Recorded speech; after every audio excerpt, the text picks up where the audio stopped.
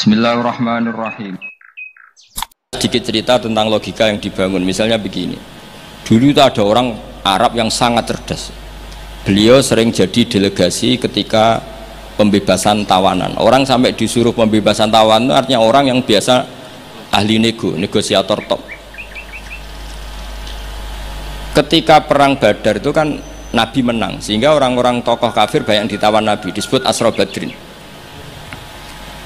Yang diutus itu namanya Muhammad bin Mut'im, Jubair bin Muhammad bin Mut'im. Itu diutus, dia kafir betul. Delalah pas diutus itu, kan Nabi dulu udah ada hotel zaman itu, jadi ya orang-orang musyrik ya rasa mbok perdebatno, yang nginepnya di masjid. Tapi aja terus mbok dadi hukum saiki wong musyrik oleh nginep. Ya dulu itu ya memang kondisinya seperti itu. Itu delalah Nabi pas sholat maghrib baca surat Wattur wa kitabim mastur fi raqim mansur wal baitil ma'mur wasaqfil marfu. Itu dia tertarik dengan kalamnya Quran.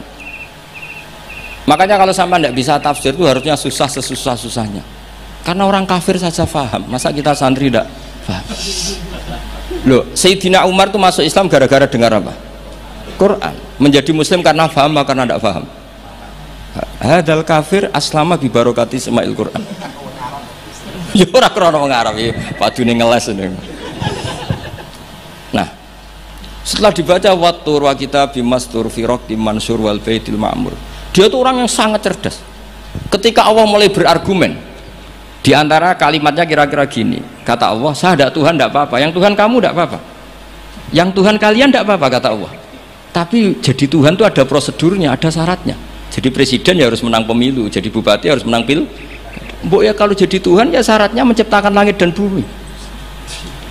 Oke, kamu Tuhan tidak apa-apa, kata Allah, tapi harus ada aturan mainnya. Kalau ngaku cucu Baisam ya harus salim lah kayak gitu. Ada aturannya. Ojo mau dihormati tok gratisan, harus ada aturannya gitu. Nah, untuk jadi Tuhan itu ada aturannya. Lho kalau nirakna dawuh Mbah Zubair, mun kowe anakku kudu alim, Mbah mun dawuh Gus Najih gitu, kowe anakku kudu alim. Sehingga aturan mainnya jelas. Mboten nyinggung niki aturan. Enggak apa-apa kata Allah, saya ada Tuhan, yang Tuhan kamu. Tapi penuhilah aturan jadi Tuhan. Apa itu? Ya am khuliqu min ghairi syai'in. Kalau kamu jadi Tuhan harus kamu menjadi makhluk pertama atau orang pertama. Tidak ada yang mendahului kamu. Ini jenis disebut am khuliqu min ghairi syai'in. Jadi kamu wujud tanpa ada bapak, tanpa ada ibu, tanpa di bumi.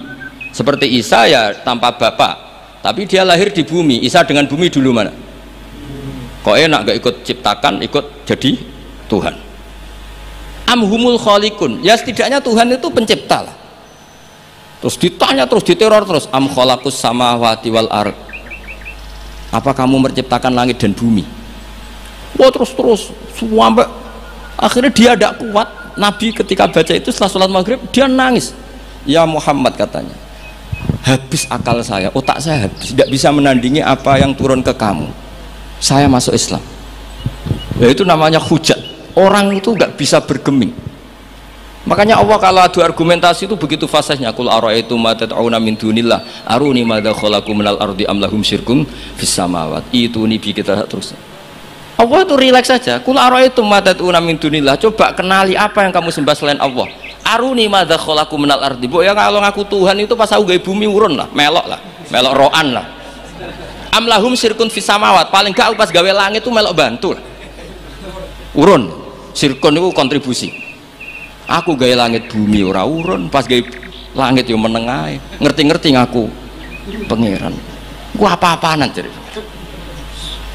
Wah itu kan orang jari top tenan Muhammad sing turun niku sudah Islam saja Islam. Ya itu makanya ini ketok nak Imam Syatibi itu ahli tafsir, sehingga kalau muji Quran dan disare di Sirajul Qorek yang dimaksud hujah itu apa?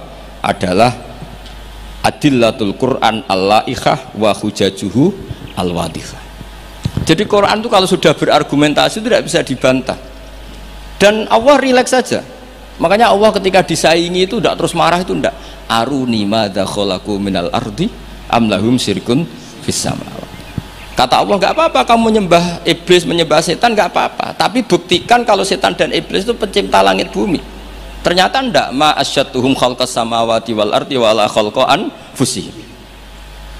Bu, yo kalau nuhankan sesuatu tuh yo dipikir lah.